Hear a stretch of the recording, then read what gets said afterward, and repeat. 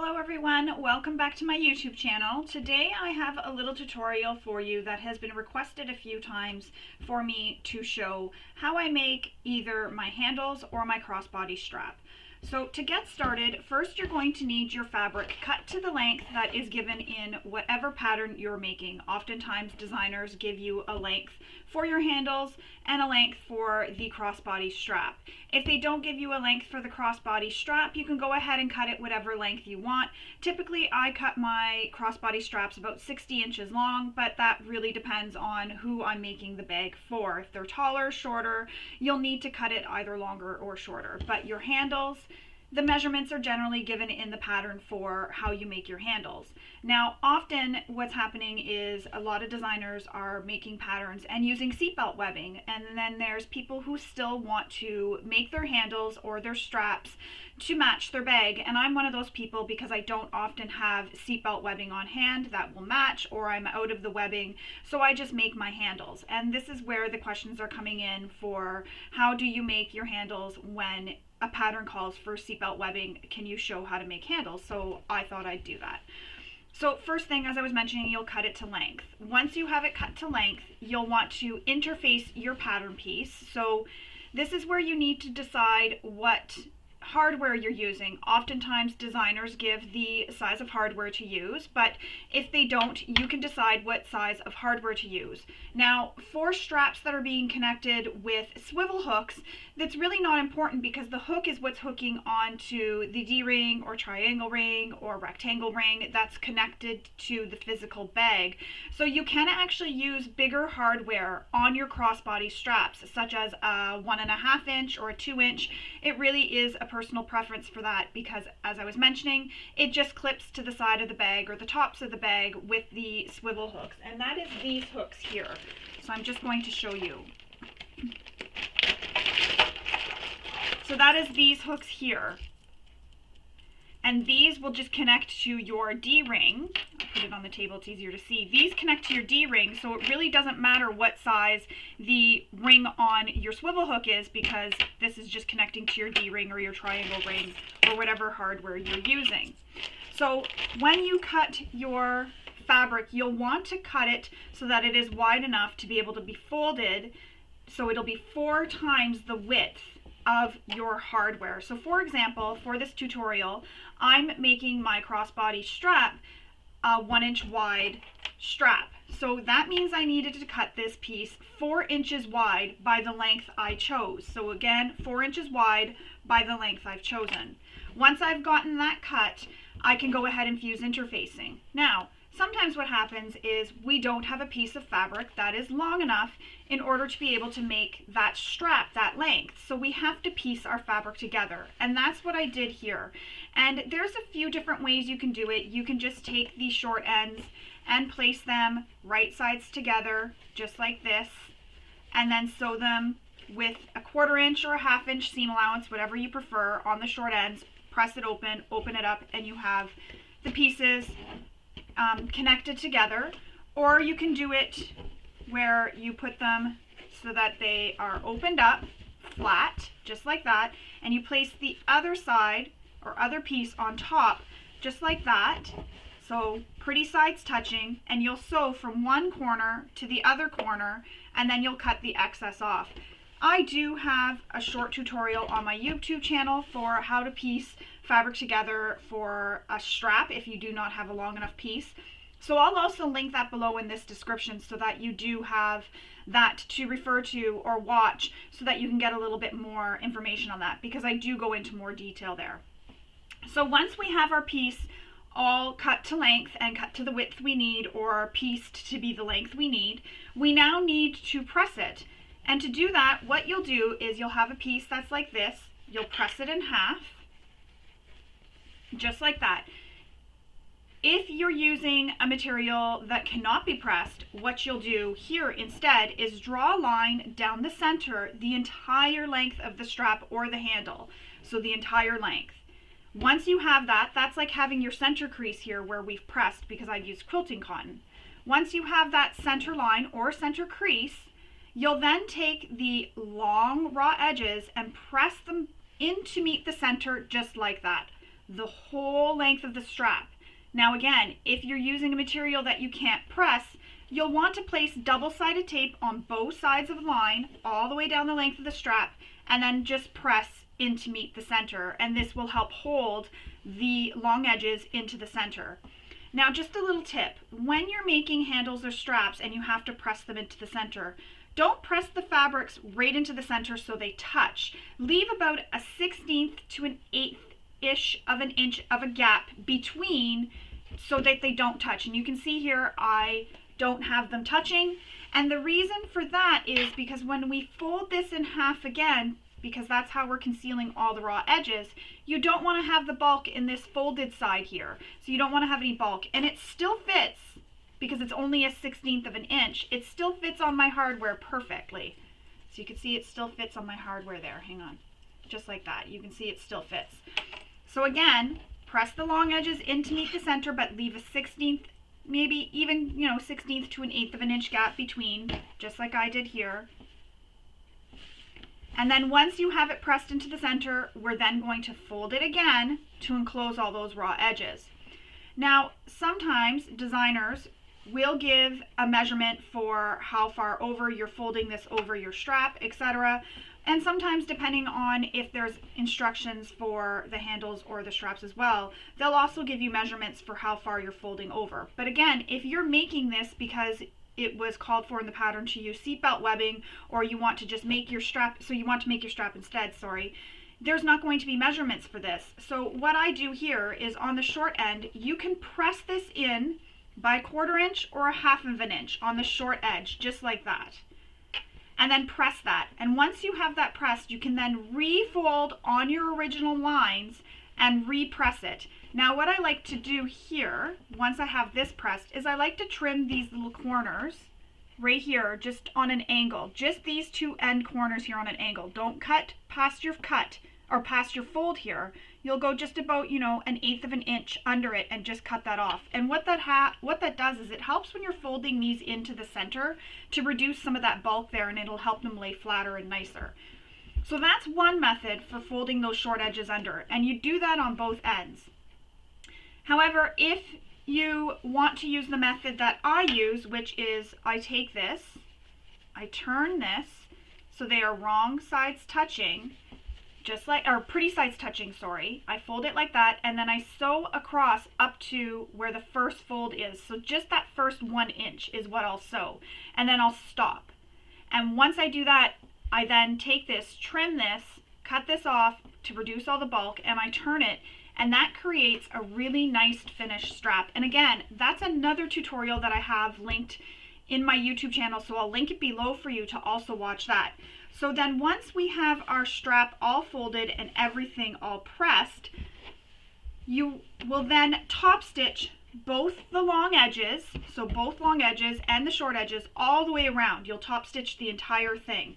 And then once you have it all top stitched, you can then add your hardware. So I'm going to go do that now. So I'm going to show you how I top stitch this. So again, I'm folding it so it's pretty sides touching. So I'm going to close up that short edge. And I just like this way of stitching the handles and straps. I just find it gives me a nice clean finish, which I really like. So I'm just trimming it just to reduce that bulk and to trim that all down so it fits in nicely. And now what I'm going to do is turn this right sides out, just like that. And then I'm going to take these edges, and I can still see where my folds are here. I'm going to take these two edges and tuck them back in. And if you need to, take this to your iron if you're using cotton and give it another press again to get that really pressed really nicely. But if you can see, I've turned it and I've pushed those side edges in.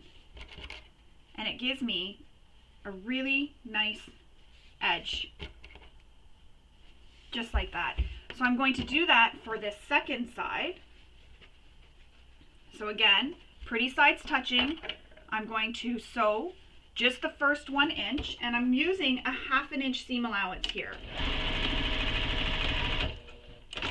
Now, sometimes these straps get sewn, or handles get sewn right into a bag at the top of a bag or on the sides. So you don't really need to worry about doing this on the edge. You can leave the edges raw because you're sewing it into the bag and the edges will never get seen. This is mostly for when you do see the edges and they're not sewn into the bag. So crossbody straps, for example.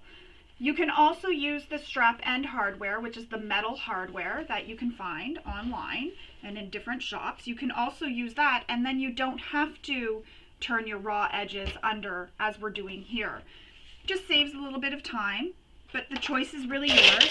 However, if you are using the strap ends with cotton, I do recommend applying some fray check to the edges of the short edges of the handle, just because they are still a little bit exposed and you don't want them to fray over time. Even when I'm using the strap end, the metal strap end hardware with quilting cotton, I still will finish my ends of my strap because it is tucked into that, but I'll still finish that because I just worry about fraying and it's just extra security for me.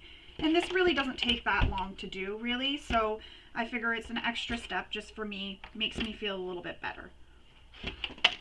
So I've pinned the long edges, and this is just to help hold it in place.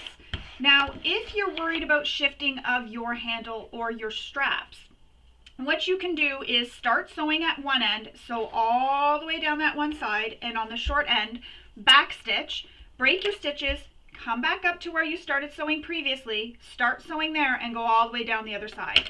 That'll help prevent stitching. But my little, twisting, sorry. But my little trick for that is I stitch, and sometimes I find my cotton will twist, sometimes I don't find it does. It really just, I think, depends on the day and how the cotton is feeling. So what I do if that happens is I just press it again with my iron, and sometimes I'll spritz it with a little bit of water, and I find that gets rid of the twisting. It's just something that I find that is easy. We don't have to buy any extra supplies. We already have an iron. It makes it really easy, and you get rid of the twisting because you've heated it up, you've repressed it, and it gets it really nice and flat. So that's the method I use, but if you have a different method for preventing twisting, go ahead and use that. On vinyl, cork, and faux leather, I definitely recommend starting at one end, going to the other, coming back up, because you can't press that with an iron. You will burn it, so we can't really get out the twisting if the twisting does happen. You could try and put heavy books or something on top of it overnight and press it flat. I've tried that, but it doesn't always, with cork, vinyl, and faux leather, get the twisting out. So that is what I do. Another thing is a walking foot will help as well. You could use a walking foot on your straps or handles. So now I'm going to top stitch my handle or my strap.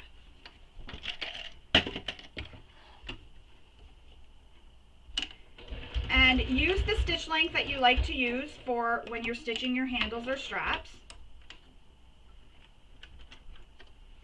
And I'm just going to take a shorter stitch length to get into the corner here where I want to be. Sometimes you have to reduce your stitch length to get into the corners where you want to end, and that's okay. Now in the corner here, to prevent the angled stitching in the corner, so sometimes we get to a corner and our stitching doesn't quite catch and you get an angled stitch. The trick to that is to reduce your stitch length to 0, take one stitch, bring your stitch length back up to the length you're using for what you're stitching, and continue stitching until you get to the next corner. And you just repeat that at every corner.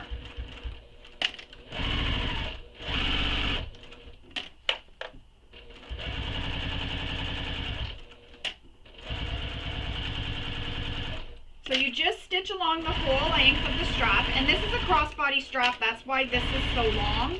If you're doing handles or maybe just a shoulder strap, you will have a shorter strap. And again, this is just to show you how I make my handles and straps, and I will show you how to attach the hardware.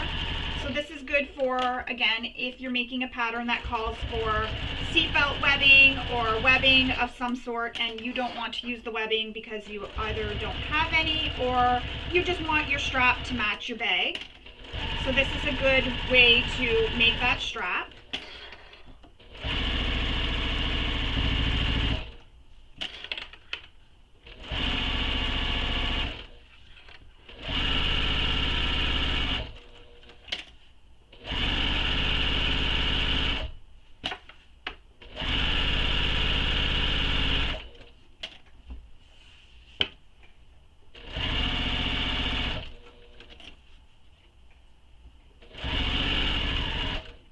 just keep stitching all the way to the end. And now I'm going to come back down the remaining side.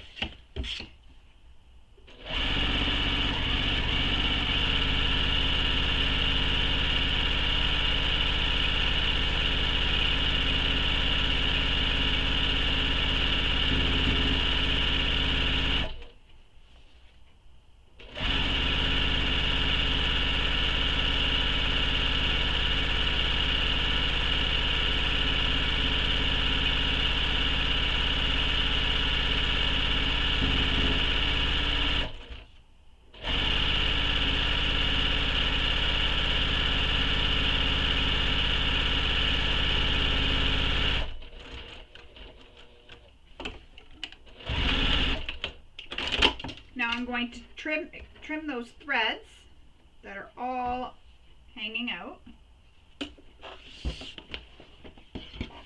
And there is my strap. So as you can see, it's really long. Again, that's because I'm doing a crossbody strap, so it's very long for that reason.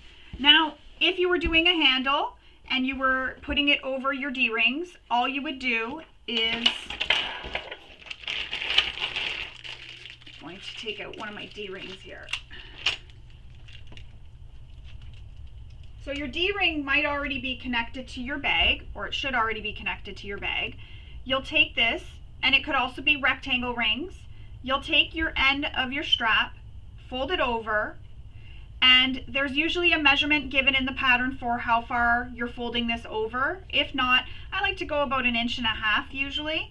You'll fold it over, then you can stitch this across and make a box, stitching as close to the hardware as you can. So making a box as close to the hardware, and then stitch an X inside that box.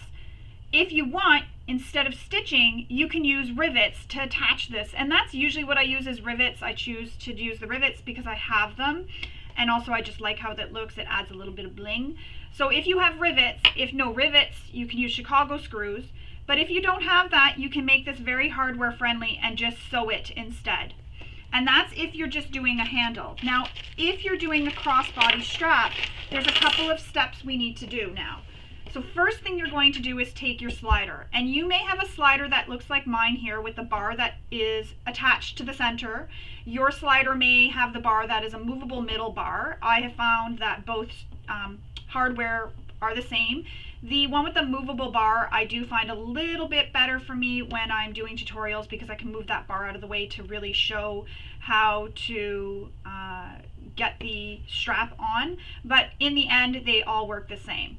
So what I do here is take the end of my strap and I fish it through, so it goes between this top bar and the middle bar, fish it through just like that. Then I'm going to bring it back down over the middle bar. So now I have it over the middle bar just like that, and you can see my slider is on. And again, I'm going to go with about 1.5 inches here that I'm putting it through. And again, you can sew this or you can rivet this.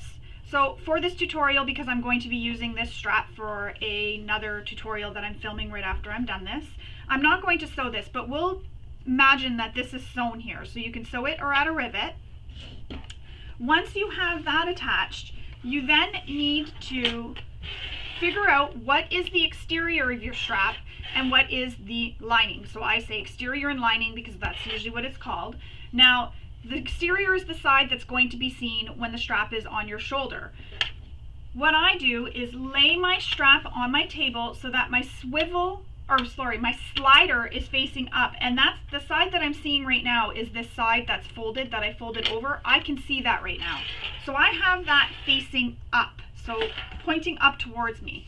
And then I fish my strap to the other end to find where the exterior is. So right now, the exterior is against the table. Then I take my swivel hook, and with the hook part against my table, I fish the strap through the ring on the swivel hook. just like that. So the swivel hook part will be on the exterior, or the side that is seen when you wear your strap. So it's just like that. Then I take this end of the strap that's loose, and again, same thing we did to fish it onto the slider originally. I'm going to fish this up between the first bar and the middle bar, then back down over the middle bar. So now we have something that looks like this.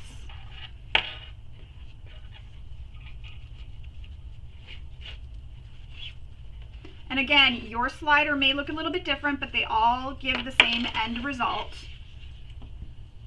So now that I have that swivel hook on and the slider on, I now need to attach my second slider, a swivel hook. So with the slider against the table, because I know that's the exterior of this strap, I'm going to take the remaining swivel hook, and I want the hook part to be against the exterior of my strap. So against the table, fish the strap through the ring on the swivel hook, and you will clip it in place. Then you can sew this at a rivet or a Chicago screw. And again, when you sew it, sew a box getting as close to the hardware as you can. And to do that, you can use a zipper foot. A zipper foot is very helpful for getting as close to the hardware as possible. Just be careful. You don't want to hit your hardware because you will break a needle. You can also cause damage to your machine or even hurt yourself. So just be careful not to hit that hardware. So once you have the box sewn, you can sew an X. You can just sew rows of stitching, like a few lines of stitching if you want, say a 1/4 of an inch apart if you prefer not to have a box. The choice is really yours. These are your straps and your handles. However you want to make them, go ahead. And also, one other thing to mention, when you top stitch, you can also top stitch extra rows of stitching all the way up the center, so you can have 2 more rows of stitching in the center of your strap. This is just a really basic strap, but sometimes what I do is I top stitch the 1/8 of an inch in from the edges, and then I'll top stitch 3/8 of an inch in from the edges on both sides, and then that just gives that center stitching as well. Now once we have our strap all sewn, we will have it that it will look like this, and sorry, this is a bit long. It will look like this. You will have your slider and your 2 swivel hooks on the end, and again, we're envisioning that these clips aren't here, although maybe it could be a new fashion statement. So that's how your strap, your crossbody strap, will look when it is complete. And that is how I make all my crossbody straps, especially when I'm doing a pattern that asks for webbing and I don't have webbing. This is what I do. Now for the handles, it's the same thing. The way we sewed this, it's the same thing, and then you attach it to the hardware as I showed. Or sometimes your handles are stitched right into the top of the bag. You don't have to finish the ends here if it is sewn right into the top of the bag. You don't have to finish the ends of your strap. You can use strap ends if you want, or if you have anything else that you want to put on the end, maybe cut a piece of material that is non-fraying and fold it over, so cork or vinyl or faux leather, just a little piece so that it's a 1/2 inch on each side, and stitch it on top. That'll finish the ends of your handles or straps as well. Really take this and make this your own and just have fun with it. Practice makes perfect when you're sewing these, because even my stitching is not always perfect, because I know people always say, oh, my stitching is a bit wonky on my strap. My sewing is not always perfect. I tend to use thread that is coordinating to my strap so that it kind of hides it, but not always. Sometimes you'll notice if you watch my tutorials, I use rainbow thread or I'll use a contrasting thread. But my stitching isn't always perfect. What I find is helpful, as you may have noticed when I did the second side, is I try to keep an even speed, and I hold it on my machine here, so it's like this. And I hold it on my machine and I just let it go, and I don't resist it, I'm just guiding it. So my hand is here just to guide it, to keep it straight, and I just let it go. I find an even speed in doing that really helps get that nice even seam allowance along the sides of my handles or straps. So that was my little tutorial for how I do this, because I have been receiving requests for that, and I thought I would show how to do that. I figured if everybody was asking for it, it was definitely something I wanted to put on my YouTube channel. So that is how you make those. That is if you're making a bag that doesn't have instructions for making handles or straps because they're using webbing. This is the method to make these handles and straps. So I hope you enjoyed this little tutorial and maybe picked up a few tips and tricks as well along the way. I hope you will make your handles and straps with this tutorial. Thanks for watching. I hope you all have a wonderful day. Bye.